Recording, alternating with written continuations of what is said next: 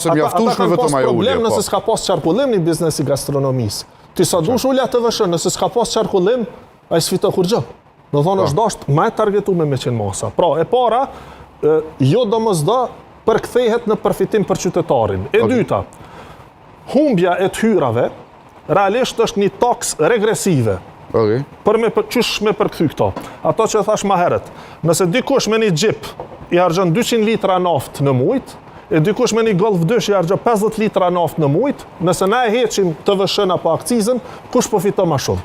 Kur po më flet për këtë Golf 2 është fantastike. Tash ka, megjithatë ka familje që kanë edhe Golf 2, kanë Golf 4, por që po marrim një shembull, një vetur që një familje e shfrytëzon minimalisht për me i kry ato nevojat ndoshta më bazike. Se s'ka luksin për me shpenzu më tepër. Tash, nëse dikush po harxhon 200 litra naftë për me dalë me ushetit, me bo xhiro nëpër qytet, e dikush tjetër për nevoja të familjes i harxhon 50 litra naftë, nëse e heqim për të gjithë, fiton ky që ka më shumë. Do ky fiton 20 euro, ky mundet me i fitu ndoshta 70 euro. Ky me xhip. Do thonë ti si shtet me pagesat që po i bën, këtij të pasurit për jep 70 euro, këtij të varfrit 20 euro.